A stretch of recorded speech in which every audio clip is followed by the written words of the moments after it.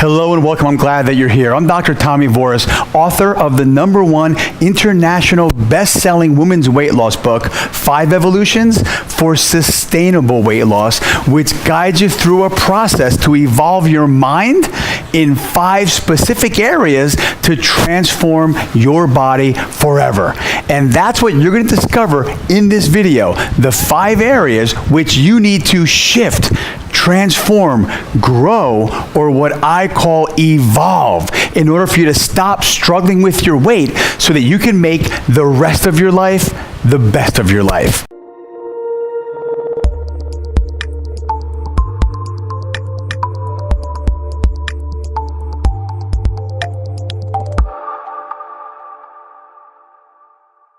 Hello and welcome back, and I'm glad that you're here. I'm excited to get started today because what you're about to discover can literally change everything for you. And I say this, and I'm so passionate about this because evolving specifically in the 5 areas which we're talking about today literally changed every area of my life. And I don't know where you are in your weight loss journey, but if you're like I was before I lost my weight, being overweight affected every other area of my life. It was this major negative part of my life that was always with me. And on some level, it affected everything else in my life. And this is something that a person who just wants to lose 10 or maybe 20 pounds so their clothes will fit better will never really understand. Because if you're like I was, being overweight and then constantly trying to do something, anything about it over and over and over again is unbelievably draining. And then not succeeding yet again is demoralizing. And for me, this was always followed with beating myself up about it, right? I'll discuss in future videos that this actually makes it way, way, way worse. So let me just say, I know what it feels like to struggle with your weight. I know what it feels like not to be proud of my body. I know what it feels like to be judged by other people who can't understand. To have people look at me and then quickly come to the assumption that I'm lazy or that I'm less than just because I was overweight. And I'm telling you that the permanent change you're looking for won't come from a shiny new diet, right? People call me the anti-diet doctor because my wife Pamela and I lost over 100 pounds, and we've kept it off for over 10 years now and counting. And we did it by moving away from diets and instead moving towards shifting our mindset, our psychology, shifting the way we think in 5 specific areas, which I'm going to reveal to you right now. But please listen, keep in mind this video is meant to be just a brief overview of the 5 evolutions, right? I occasionally do free live trainings on the internet where we'll go deep for about 90 minutes, sometimes 2 hours, depending on the questions coming in. So I want to be clear that this is just a brief overview of the 5 areas of your mind which you need to shift, transform, grow, or what I call evolve, right? You have to evolve certain areas of your mind to then have your mind transform your body forever. I call these the 5 evolutions for sustainable weight loss. And the first evolution is power. Evolving your power. Evolving into your power has to do with developing, growing, and nurturing one of the most important, right? One of the most life-changing skills you can develop. The ability to give yourself a command and then follow it. I'm talking about developing a true all-in level of commitment to your best life. You evolve into your power when you say, enough is enough. No more. I've had it. I am done settling. I'm done not living my life to the fullest. I'm done not living my best life. I'm done being passive and complacent in my life. I'm done not having a body that I'm proud of. Now is my time, realizing that it's your time and giving yourself permission to do more, to be more, to have more, because you deserve more. Right? It's realizing I deserve more. I'm drawing a line in the sand and stepping over it, never going back to the old me. Why? Because that's not me anymore. I've evolved, and I'm evolving more and more into my power each and every day by keeping my focus on who I am becoming. And knowing that you have the power, I have the power to make life an adventure. I have the power to make the rest of my life truly the best of my life. That comes from evolving into your power. Okay, the second evolution is emotions.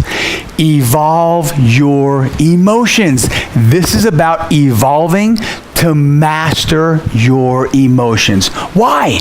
To end emotional eating, right? Current studies show us that about 75% of all overeating is emotionally driven.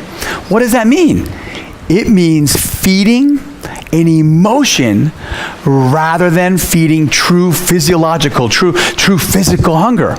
This evolution is about developing the understanding that we are emotional creatures and that emotions drive your behavior and mine, especially with emotional eating. Because when your energy level, when my energy level, when your energy state drops, we all want to feel better. So what do? Well, if you're like I was, you turn to food. I can remember back then having so many days where I was just emotionally beat up. I was emotionally drained, especially towards the end of the day. And when it was finally time to go home, I would think, wait a minute, now I'm supposed to watch what I eat on top of everything? I had a rough day. Forget about it. I'm definitely stopping at the supermarket. And back then, when I said supermarket, I think you know what I meant, right? The ice cream section. Supermarket meant the ice cream section. And this would be emotional eating. And would this emotional eating help anything? Of course not. You already know that, right? I call this the downward spiral of doom because it's eating when we're in a low emotional state, right? When we're in a lower mood. Why? Because we want to feel better. We want the dopamine release in the brain. We want the pleasure hormones. We want to raise our emotions, right? But then right after we eat it, do we feel better? For a minute, for a little while, but it never lasts. Why? Because we feel like crap, first off, physiologically, right? Physically, because of what we just ate, the sugar, the fat, the ice cream, pizza, whatever. And then we feel even worse for eating it, right? For not being in control. So now we feel horrible because of this, which does what? It lowers our emotional state even lower. So what does this do? It makes us want to do anything to feel better. So what do? We reach to eat something else. This is the downward cycle of doom. Evolving your emotions is about raising your awareness to one of the most important truths, that we create our emotions, that our emotions create our behavior. So we create our emotions, and then our emotions create behavior. Your emotions don't come from outside of you. You create them, right? And I do too. You create your emotions based on your perceptions, based on your construct of the world, based on the meaning you attach to what's currently happening in your life. And it's this meaning, right? The meaning of the situation or what's happening that's going to dictate your emotional level, your emotional mood, which will dictate what you do and what you don't do. Study after study shows us that when you're in a better mood emotionally, you'll work harder. You'll be more productive. You'll be more creative. You'll be more on fire. You'll be more loving. You'll be more willing not to sweat the small stuff. You'll be more loving. And you'll demonstrate a much, much, much higher level of willpower. And most importantly, you will not have a need to emotionally eat. Do you see what I'm saying here? And listen, I know I'm going quickly. I'm kind of glossing over this, but this is so important. The most important thing is to realize that all of our emotions are manufactured. Your emotions are manufactured. Your emotions are created not by anything outside of you, not by what other people say or what other people do. You create them, and I do too. It's based on our perception. It's based on the meaning we attach to anything and everything happening in your life. And you have to. You must learn to master your emotions, to evolve your emotions in order to have sustainable weight loss. Okay, number 3. The third emotion is beliefs. Evolve your beliefs. And let me start off by asking you a very, very important and revealing question. Do you believe you'll do it? Seriously, in your heart of hearts, do you believe that you'll actually lose all the weight you want to lose and keep it off forever? In other words, do you believe that there'll be a time when you're no longer struggling with your weight? Do you believe you have what it takes? How about this question? Do you have bad genetics? In other words, do you believe the reason you haven't been able to keep the weight off is because of poor genetics, right? Part of evolving your beliefs is realizing the fact that to a large extent, your beliefs create your world. Let me ask you a question based on my last question, right? If a person believes they have fat genes, meaning that they're heavy because of poor genetics, how hard will they work on their weight loss? How quickly will they give in? How quickly will they give up on themselves? Think about it. I've had the privilege now of having worked with, gosh, I would say hundreds, but it's actually thousands. I've worked with literally thousands of overweight women over all these years. And I could tell you that all of them, every single one of them, thought they had bad genetics. In fact, so did I. When I was heavy, I was certain it was because of poor genetics. Other people are so lucky is what I would think, right? In fact, at one point, I think it was actually in high school, one point growing up, I believed in my mind that I ate the same amount of food as my thin and somewhat fit brother. And actually, when I told my brother this, he ended up going out of his way to prove to me that I was wrong. And you know what? I was. We realized that I used to eat way, way, way more food than him. In order for you to have sustainable, lasting weight loss, you have to evolve your beliefs specifically in 3 areas. Your beliefs on how things are, your beliefs about how you are, and especially what you believe you're capable of. And listen, I don't know you, right? I don't know what you've done in your life so far, how much or how little, but what I do know is that it's nothing compared to what's possible for you. And anything and everything you've done in your life so far is nothing compared to what you're capable of. Listen, I believe in you, which is great, and changes nothing in your life, right? In fact, nothing will change in your life until you believe in you. You must evolve your beliefs. You need to work on your self-image, on your self-esteem, and on your beliefs. In fact, we spent 90 minutes on this on my last training. This was a crucial, crucial part. Okay, the fourth evolution is fear. Evolve beyond your fear. I call fear the hidden saboteur of weight loss. And I say hidden because it almost always is, right? It's hidden. Most of us have no idea that we're fearful of anything. We we tend not to believe that fear is stopping us. We don't walk around looking afraid. We don't walk around looking scared. So how could we tell if fear, or more importantly, how can you tell if fear is stopping your weight loss? By looking at how fear shows up, looking at how fear manifests itself. Fear shows up as hesitation, procrastination. It shows up as general resistance, right? As I say in my book, it's like being in a car and having one foot on the gas and one foot on the brake. So for example, we don't say, I'm scared to go to the gym. I have fear about going to the gym. No, we don't say that. Instead, we just never quite make it there.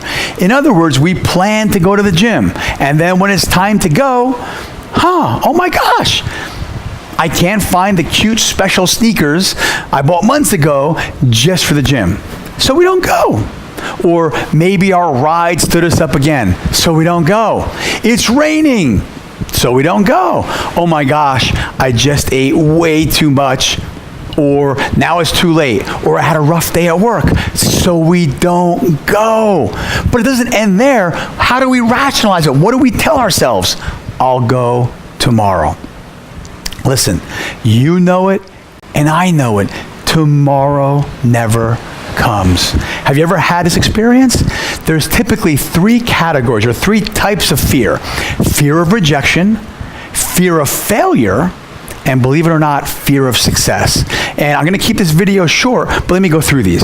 Number one, fear of rejection. This is the fear of looking bad and not being accepted by others, being rejected by others.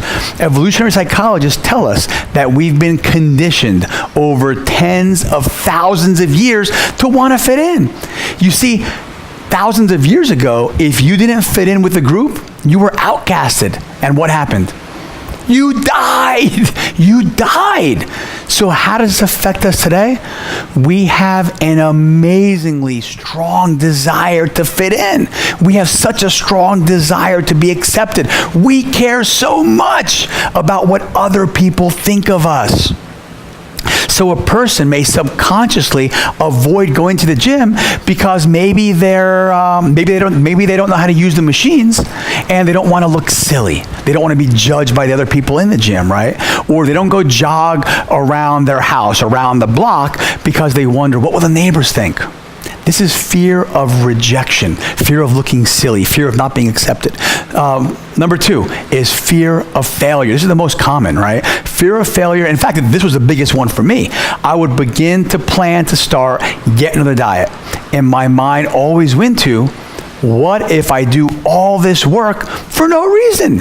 Do all this for no reason. Fear of failure. Can you see how this would put off or procrastinate starting anything?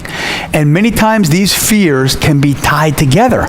Because I would think, what if I do all this work for no reason, right? Fear of failure.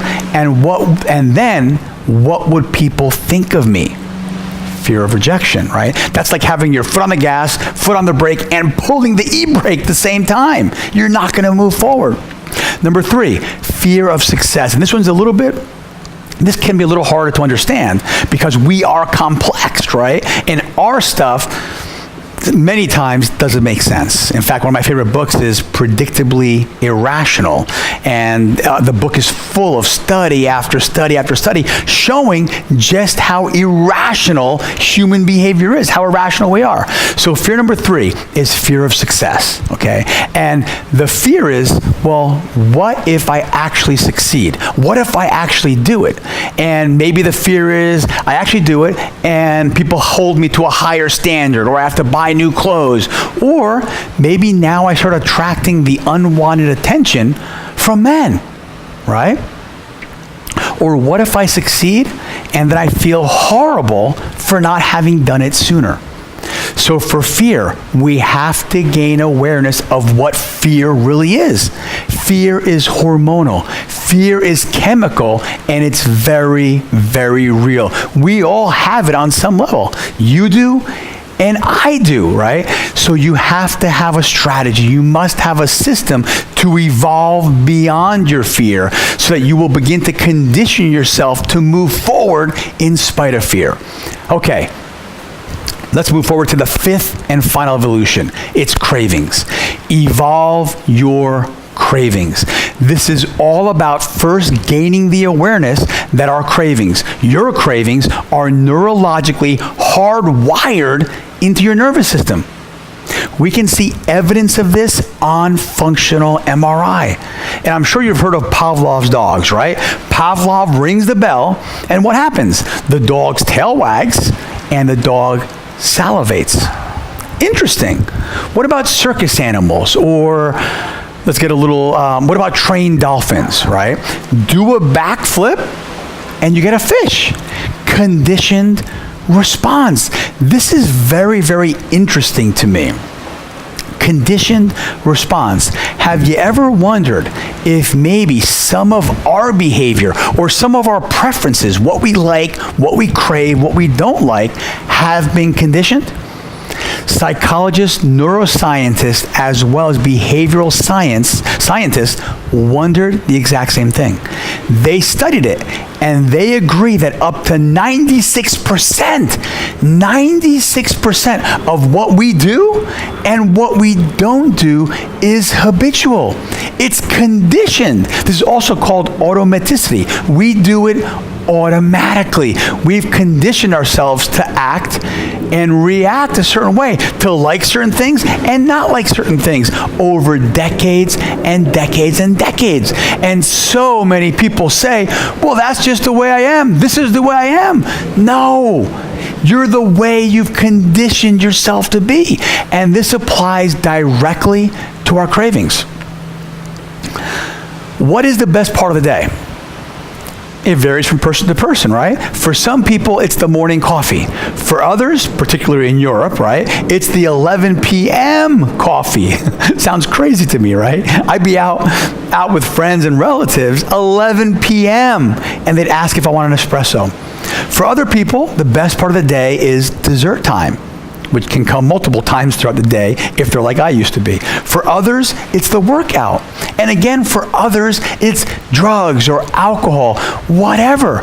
We have conditioned ourselves to like certain things immensely. And this is the very beginning of how cravings become locked, right? Neurologically hardwire. Nerves that fire together get wired together. So I say, let's gain control. I say, let's start ringing our own bell. Let's evolve our cravings to foods and behaviors that serve us. And you will by using a system of logic and your newfounded secret weapon, your emotions, to actually neurologically switch the cravings so that you crave the foods, behaviors, and activities that you want to crave. That those are extreme pleasure as opposed to the ones that are currently running on autopilot. Evolving your cravings is mandatory for weight loss to be lasting. I hope you got value from this video. I really want to hear from you. So leave a comment, leave your comments, leave your questions right below, and be sure to subscribe on this page so I'll notify you, or will notify you, when we put out future videos. But most importantly, go to antidietdoctor.com/blog and subscribe on that page. This way you'll be notified the next time I have my free live internet training. This is where we'll take these topics much, much, much deeper. Okay, until we meet again, be awesome.